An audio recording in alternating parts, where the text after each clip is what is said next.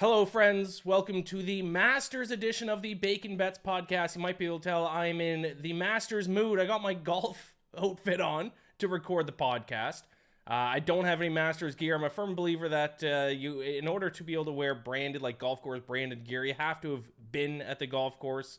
I have not been to Augusta National, so I'm wearing my Bethpage Black Ryder Cup 2025 hat. I got my golf shirt on. I'm ready to go. It's one of the best weeks of the entire year.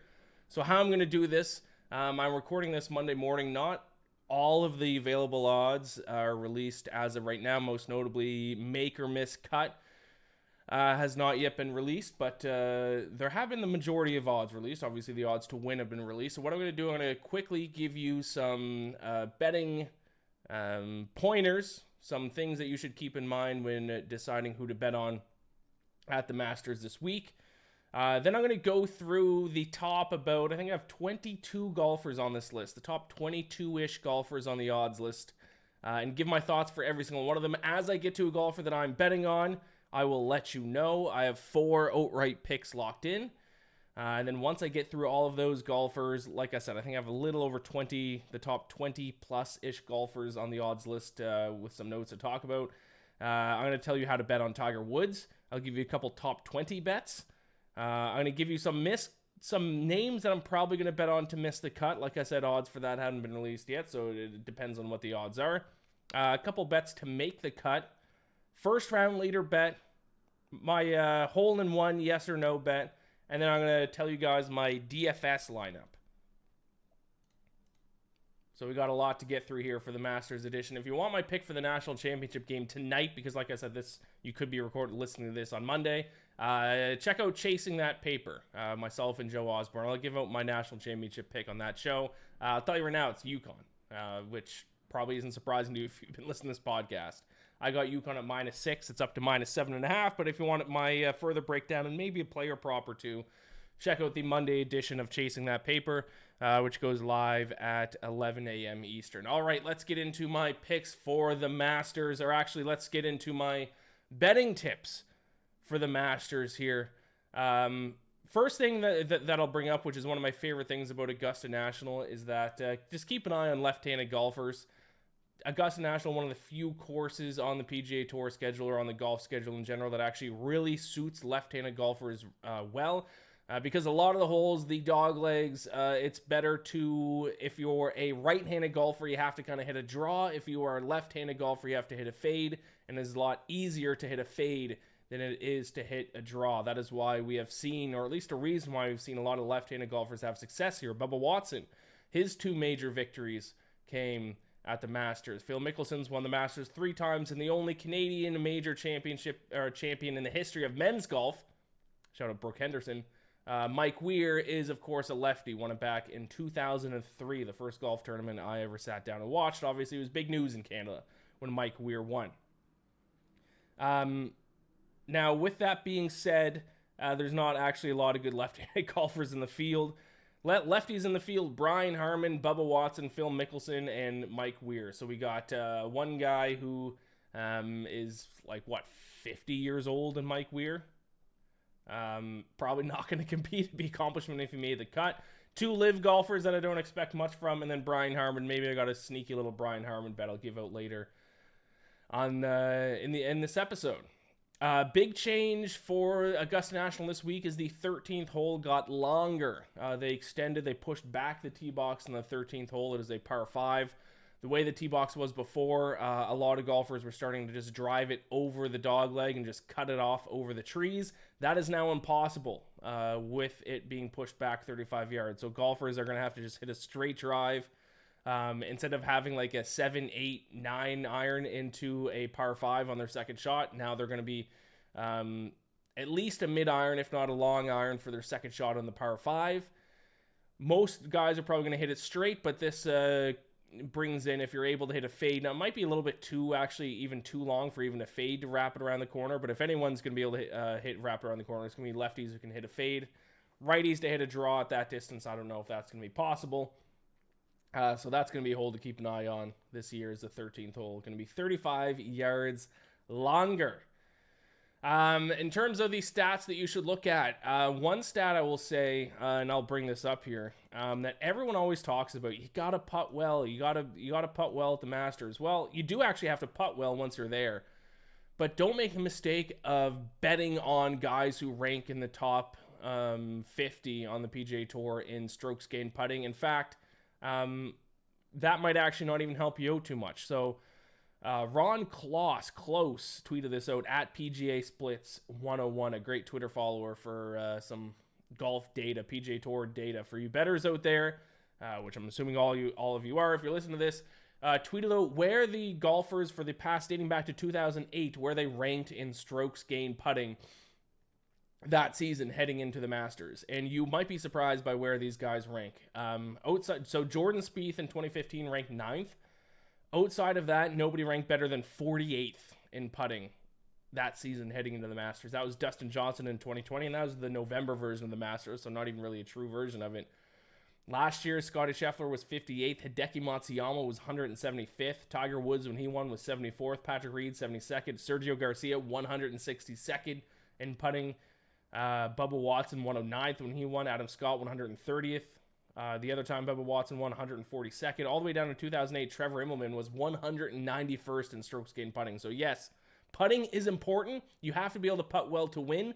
But this is the perfect example of what I always talk about when betting on golf. It is much better to bet on good ball strikers and hope they get hot with their putting than good putters and hope they get hot with their ball striking. It's the perfect example of it. And actually, even less than putting, I think, is important at Augusta, which not a lot of people talk about, is chipping. Play around the green is actually what I think is even more important than putting. That's why guys like Hideki Matsuyama could win, because Matsuyama, famous for being a not good putter, but he's actually very good around the greens, which he doesn't get enough credit for. He's a very good chipper of the golf ball, so something to keep in mind. Other than that, it is strokes gained approach. You have to be dialed in with your irons. This is the true test of the best iron players in the world, and not only just iron players, but if you want to key in on a specific distance, 70% of shots at Augusta National are over 150 yards. So this is not a wedge shot type of course. We're gonna be seeing guys with 6 irons, 5 irons, 4 irons. So keep an eye on guys who are good from 150 to 175 yards and 175 yards to 200 yards. You can look those up individually on the PGA Tour website. What else do we got here?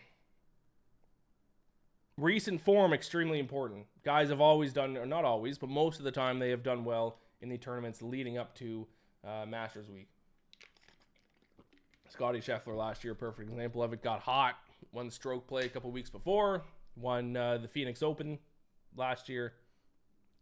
And every champion since 2012 has at least one top 10 at a prior major championship. So usually we want guys who've at least been able to compete and contend at major championships at some point previous in their career. All right, let's rip through the list of golfers here. Like I said, I have 20 plus golfers to go through. I will let you know when I get to a golfer that I'm going to bet on. And that brings me right up to the top golfer on the odds list here who I am betting on. That is Scotty Scheffler. If you've been listening to my golf breakdowns this season, you know that my opinion is that I think it's malpractice if you don't actually bet on either Scotty Scheffler or Jon Rahm in every single event. Maybe even both. These two guys are statistically, and if you look at the results, are a step above the rest.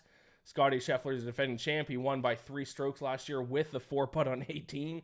And he's actually coming into this year's edition of the Masters half a stroke better in strokes gained than he was last year. So he's actually entering this tournament in even better form. 2023, this season, in the calendar year 2023, he's gone T7, T11, win, T12, T4, win, 4th. He's very good. Now, if there is one concern to be had, his putting hasn't been great lately. It's stumbled a little bit of a dip in recent weeks in his putting. And his play around the green wasn't at its best at match play, but I'm not too concerned. I got to bet on Scotty Scheffler. Now, full disclosure, I did get him at 8-1 2 weeks ago. The best odds now are plus 750 at FanDuel.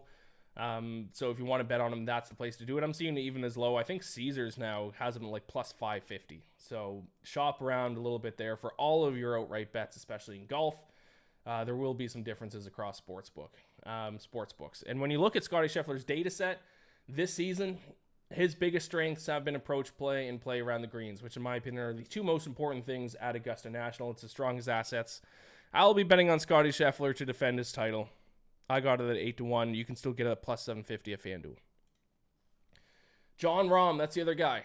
If you don't want to bet on Scotty Scheffler, if you don't like him, or you think his putting has stumbled enough and you don't want to bet on him, maybe you want to get someone with a little bit longer odds, you can go Jon Rahm. He's had fantastic history at the Masters. Fourth place finish, T9, T7, T5, T27, and his last 5 starts at Augusta. So T9 or better in 4 of those 5 starts. Didn't have a great performance last year, but he has been a little bit shaky recently, which is why I'm not going to be betting on him. T31, withdrawal, T39 in his last 3 starts since winning the Genesis.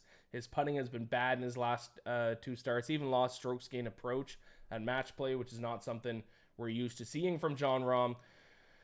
He could certainly win, but I think this is a case of you want to peak at the right time. That's that's the case in all sports. That's the case with the NCAA tournament. That's the case with the playoffs. That's, we saw it, if you want a different sport example, we saw it in the Phillies. They peaked at the right time heading into the MLB postseason, went on the run and won the National League. Same with golf. You want to peak at the right time, and unfortunately, I don't think Jon Rahm is peaking at the right time. Actually, he's kind of dipping at the wrong time. With his play as of late, he peaked right in the first 2 months of the 2023 calendar year. Dipped a little bit lately, and that's scaring me off him a little bit. So I'll not be betting on Jon Rahm. Rory McIlroy up next.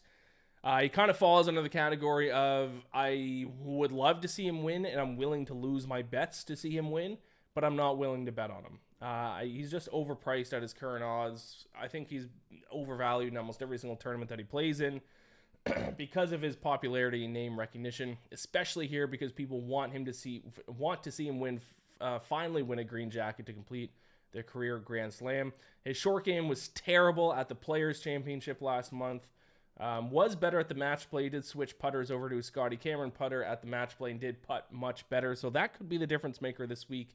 Something to keep an eye on, but I won't be betting on Rory McIlroy. Jordan Spieth, I was surprised to see he's 4th on the odds list here at most places. Too volatile at his current odds. The issue with Jordan Spieth is out of 4 rounds of a tournament, especially lately, one of those rounds is not going to be good, and that ends up costing him. He still might finish top 5, top 10, but you got to put together 4 good rounds to win, especially the Masters, and I just don't trust him to do that. His putting is hot and cold. He's lost strokes putting in 4 of his last 7 events. His approach play is good, but not good enough to make up for deficiencies elsewhere. So no Jordan Spieth play for me. Patrick Cantlay is a little bit of an interesting case because he has the numbers: 6th in total strokes gained, 2nd in strokes gained off the tee, 41st in strokes gained approach, 45th in putting, 91st and around the green. But the issue with Patrick Cantlay is not had success at majors as good as he's had and as many tournaments as he's won and the success he's had in the FedEx Cup playoffs. Dating back to 2020, he's only had 1 top 10 in a major. That was a T8 at last year's Open. Last 4 Masters, he's gone T9, T17, miscut T39. So I will be staying away from Patrick Cantlay until he can prove that he can truly contend at a major championship. And I don't count last year's T8 as contention because he wasn't really ever in it. Cameron Smith. Going to be a little bit of a popular bet this week. Going to be by far the most popular live golfer for people to bet on. I have absolutely no faith in this guy whatsoever. The 3 live events this season, he finished T5, T24, and T26. If you can't dominate the live golf field, I have no faith in you competing at the Masters. I mean, maybe he's just not motivated in those live events and he's going to, bring his A game for the Masters. I'll believe it when I see it. I will not be wasting my money betting on him. Maybe if he was dominating live events, I would bet on him, but I just don't think you can go from competing at live events, which are 3 rounds, there's music blaring, feels like a weird exhibition, to then winning the Masters. I just don't think it can happen. Justin Thomas, game has not been in good form. His putting has been terrible. Bad off the tee, 23rd in strokes gained, 147th in putting. Not the type of numbers I want to see to delay his current price. Maybe if he was had longer odds, I'd take a wager on him.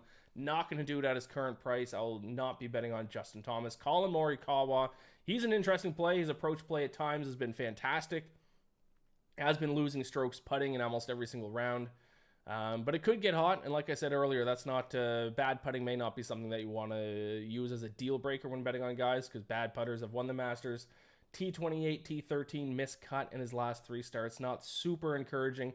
Not a play I would argue against, but not one that I'm willing to bet. Which brings me to my next bet, Xander Schauffele. I have made it a yearly tradition for the past 4 years to bet on Xander Schauffele at the Masters. And he's done well, but he breaks my heart on Sunday twice. He finished T2 in 2019, T3 in 2021 to Matsuyama. 2 very close finishes. He melts down on Sundays. I'm sure he will do it again, but there are some promising things about Xander. I'm not just betting on him because it's a yearly tradition for me. There are some very promising things. For one thing, his recent form has trended in the right direction.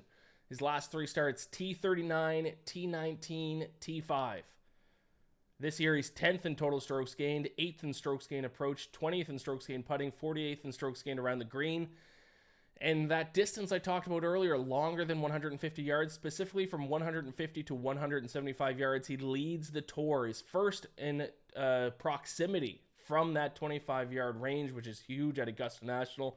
Now, I am a little bit concerned about his accuracy. He has not been accurate off the tee whatsoever. 156th in driving accuracy this season. He needs to fix that this week. But yeah, I still, outside of that, that's the only weakness that I can find for him.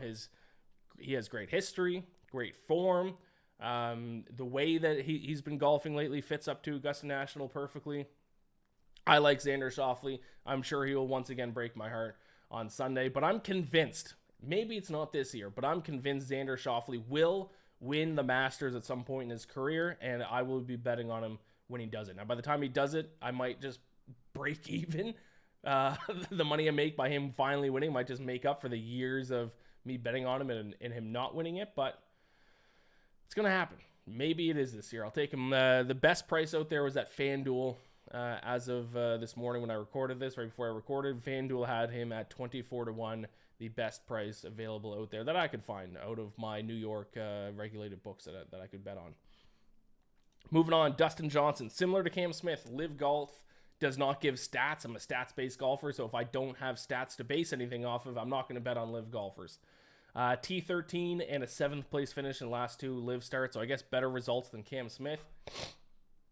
Still not going to bet on him, though. Which actually quickly brings me to my third outright pick to win the Masters here. Jason Day, 29-1. At FanDuel Sportsbook, he is at 29-1, the best price still available. This guy has not finished worse than T19 since last November. You want to talk about good form. Nobody's been in better, outside of maybe Scotty Scheffler and Jon Rahm, but the consistency of his form, like I said, hasn't finished worse than T19 since November. 5th in total strokes gained, 22nd in approach, 23 in strokes gained around the green, putting 15th off the tee, 37th. There's no areas that he's bad in. He has no weak points. His only weak point is that he hasn't won since his career resurgence started. But he's won a major before. He's won the PGA Championship. So he does know how to win a major. That was probably 6-7 years ago. But he does know how to win a major. His biggest strengths, which I think are going to be huge this week at Augusta, bogey avoidance. He comes in at 2nd. Scrambling percentage 2nd. So obviously with Augusta National being a difficult golf course, saving par is massive. And he's one of the best on tour in doing exactly that this year. So I like Jason Day, 29-1. Might be a little bit of a popular play this week as well, but I like it. Too many positives that I can't ignore. Max Homa, very similar to Patrick Cantlay in that he has the numbers. Actually, his numbers are better. 3rd in total strokes gained, 5th in approach, 10th in putting, 36th in around the green. But his results at major championships have been worse than Patrick Cantlay's. His best finish was a T13 at last year's PGA Championship. Other than that, he's been terrible, like missed cuts most of the time. So Max Homa is very similar to Patrick Cantlay. I need to see him be able to at least contend at a major before I can bet on him, especially at Augusta National. Tony Finau, similar sentiment. He got the monkey off his back of not being able to win a tournament. Well, can he get the monkey off his back now of not being able to win a major? We'll see. I'm not convinced. Could win. I will not be putting my money on him, especially with his play around the greens this season. 81st in strokes gained around the green. Not super convincing. Brooks Koepka. Shout out to Brooks Koepka, who won this week's Live tournament. Congratulations to him. Maybe he's figuring out the mental side of his game, but I will not be betting on him to win the Masters. If you are considering betting on Brooks Koepka to win the Masters, go back and watch his episode of Full Swing, and that'll quickly convince you otherwise. No bet on me for Brooks Koepka. Cameron Young, bit of an interesting play here on Cameron Young. He would be. I don't think the Masters is the one major that we should bet on him, though. I think if you want to bet on Cameron Young to win a major, I think you should look at the PGA Championship. I think you should look at the U.S. Open. You can't really use his driving distance at Augusta National. It is a slight advantage, not a huge advantage, though, at Augusta, like it is at some of the other majors. And he's also 143rd in strokes gained around the green. Not going to cut it at Augusta. Sam Burns, his approach play has been terrible this season. 175th in strokes gained approach. Now, you might be tempted to bet on him because he won match play, but actually up until the Sundays, the semifinals and the final, he actually didn't really play all that well. Obviously, he played enough to get to that point, but you look at his stats on data golf, not actually impressive at the match play. And that's why I even recommended people not to bet on Sam Burns for the semifinal, which I obviously live to regret, but of the four guys in the semifinal heading into it, he had the worst stats, but then he turned it on when he needed it to. But still, with that being said, his numbers this season have not been convincing enough outside of match play for me to want to bet on him to win at the Masters. 175th in strokes gained approach. Victor Hovland could be a look at another major, specifically the Open Championship. Not going to be a play for me at Augusta, though. 166th in strokes gained around the green. This course does not fit his style of play. It exploits his weakness of chipping. And that kind of shows in his last two results. T21, T27 at the last two Masters. Will Zalatoris, who's now finished in second place, I think 2 straight events. 3 of the last 2, maybe? 2 of the last 3. In normal circumstance, I would likely bet him, but he has been terrible lately. T59, 73rd, T53 in his last 3 starts. He's losing a ton of strokes putting in that time frame. And he hasn't been nearly as good anywhere else, really, to make up for it. Even his approach play has been bad lately from Will Zalatoris. So no bet for me on Will Zalatoris. Sung Jae Im could be a sneaky play, actually. Sung Jae Im here, great in all aspects of the game. His biggest weakness, though, this season has been approach. And that's not where I would want someone's biggest weakness to be. 62nd in strokes gained approach. That's not bad, but you need your approach play to be absolutely dialed in to win at Augusta. And actually, at the last event at match play, he actually lost strokes to the field with his approach play. So not great, not promising. But he does have great Masters success, actually. T2 in 2020, T8 last year. So he has had success at Augusta National. I think he's more of a DFS play or a top 20 play, or there is another play that I'm going to bet on him that I'll bring up in a second. I'm not going to bet on him to win, though. Last few here. Corey Connors. Great bet for top 10 or top 20. He's coming off of winning the Valero Texas Open. He does not have the clutch gene, I don't think, to win Augusta, unfortunately. And his poor putting and chipping will exploit him a little bit. His play around the green has been specifically bad this year, actually. Hideki Matsuyama, he has injuries, bad form, can't do it. Matt Fitzpatrick, his approach play has been terrible this season. 172nd in approach. Not good. I don't know what's going on with Matt Fitzpatrick's game, but now is not the time to bet on him. Tyrrell Hatton, bad history at the Masters, hasn't finished better than T18, and he is 157th in strokes gained around the green. That's going to get exploited at Augusta National. And then my long shot bet to win. Yes, I did have one more bet. All the way down at 80-1. Once again at FanDuel. I don't know why, but FanDuel for the golfers I'm specifically betting on, their best odds are all at FanDuel for some reason. Tom Kim, 80-1. He has a couple things going against him. Number one, he's a Masters rookie, never played here before. But don't forget, there has been some exceptions to the rule. Will Zalatoris almost won a couple years ago when he was a rookie, finished second place. And he has been in bad form. He hasn't finished inside the top 30 since the American Express, where he finished T6. But some bright spots. 3rd in bogey avoidance this season, so he's great at saving par, which is huge at Augusta National. 19th in strokes gained approach, 39th in strokes gained around the green. 103rd in putting, but like I said, let's bet on good ball strikers and hope they get hot with their putting. That's the case with Tom Kim at 80-1. There was a couple weeks there earlier in the season he became overvalued. Now he's starting to get back to the undervalued spot. Long shot, probably not going to win, but I like him. I'll probably bet on him top 20 as well. So Tom Kim, 80-1. And there you go. I've ripped through the top 22, 23 golfers on the odds list here. Let's give out some other bets very quickly, and then we'll wrap this up. Tiger Woods, how to bet on him. I haven't mentioned his name yet. I would not bet on him to win. I did famously say that before 2019, though, so I will not tell you to not bet on him to win. Where I'm probably going to bet on him is to make the cut. Now, that's probably going to be around like a minus 150-ish play, I would guess. I still think there's value there. There's a lot of questions I have about his health lasting throughout the weekend, which is the issue that we've seen in every single event. Even the Genesis Invitational, where his health looked more promising, by the time he got to Sunday, he was still limping around. It didn't look great and kind of stumbled to the finish. But on Thursdays and Fridays, he looks great. I think that's the time to bet on him. Either bet on him to make the cut, bet on him to, a couple matchups maybe on Thursday and Friday. Maybe even top 20 if you want to get aggressive. Now, I will say if Tiger Woods does ever win another major, it will be the Masters, because Augusta National is so much about knowing the golf course, knowing where to hit it, knowing every, inch of the course. And that's exactly, nobody knows Augusta National better than Tiger Woods. So that's how I would handle on betting on Tiger Woods. I'm probably going to bet on him to make the cut, and that'll be it. But cut odds haven't been released yet, so we'll see when that comes out. Top 20, a couple top 20 bets I like. Brian Harman, 3-1, my lefty. That's the lefty I'm going to back to finish in the top 20. Has a top 20 finish at Augusta in the past already, and like I said at the top of the episode, lefties do well at Augusta National. Siwoo Kim, plus 230, has had some success at the Masters in the past as well. I like him, top 20 at plus 230. Golfers to miss the cut. I think I'm going to bet on basically every single live golfer. Once again, I don't know. I will tweet Thursday morning with my full list of final plays, my final list of full plays, including miss the cut. I think I might bet on every single live golfer to miss the cut. I'm just going to stick to my theory that going from live golf to the Masters is too big of a jump for most of these guys. Kevin Kisner, named to miss the cut maybe. He's been terrible this season. Francesco Molinari, he has nightmares to deal with at Augusta. Cameron Champ has been terrible. So those are some names to keep an eye on. Miss the cut. I don't have any locked in because odds haven't been released. To make the cut, a couple names to make the cut. Sam Bennett, the defending U.S. Amateur champion.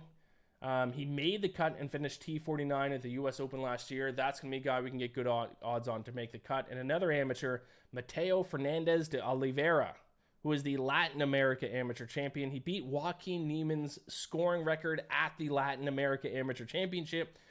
And I think actually betting on amateurs to make the cut is actually a pretty good strategy here, because there's a lot of old fucks who refuse to stop playing in the Masters because they won it 35 years ago.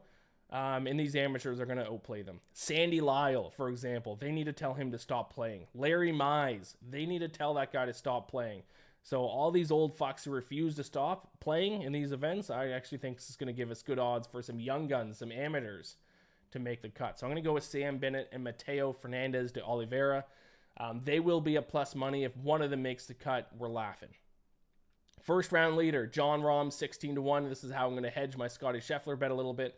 Jon Rahm leads the tour in first round scoring average. I'll take him at 16-1 to be first round leader. And also Sung Jae Im. I talked about him earlier, how he could be a sneaky play. I don't know if his approach play is enough to win the event, but he's 6th in first round scoring average. I'll take him at 33-1 to be the first round leader. Tournament hole-in-one on the 16th hole, minus 122 I found it at. I will bet on that. If you guys don't know, I think it's Sunday pin placement, the way they do it. The hole kind of funnels down. We almost always see a hole-in-one on Sunday at the 16th hole. So for a hole-in-one to happen there, I'll take it at minus 122. My DFS lineup, if I can bring it up here. And then that's it. And then we're going to wrap things up. So as I'm bringing it up, I don't know why Scotty Scheffler came up in the graphic again. Subscribe to the podcast, rate it, review it. If you're listening to the audio version, go over to YouTube and subscribe to it. That'd be a big help. If you're watching this on YouTube, like it.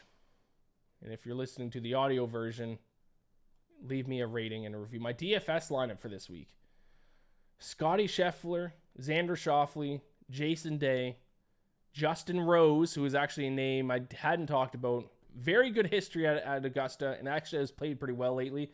I think I might bet on him to finish top 10 or top 20 as well. Haven't fully decided though, but keep an eye on Justin Rose. Kurt Kitayama, undervalued when it comes to DFS, and I'm going to toss in the amateur Sam Bennett in there for a cheap option for DFS. So Scheffler, Schauffele, Jason Day, Justin Rose, Kurt Kitayama, Sam Bennett for my amateurs. for my DFS lineup, and I'm throwing in an amateur, which might blow up in my face. So there you have it. This has been the Masters edition of the Bacon Bets podcast. Thank you so much for listening. Like, subscribe, all that good stuff. Gamble or bless, my friends. Good luck with the Masters this week, and I'll talk to you later.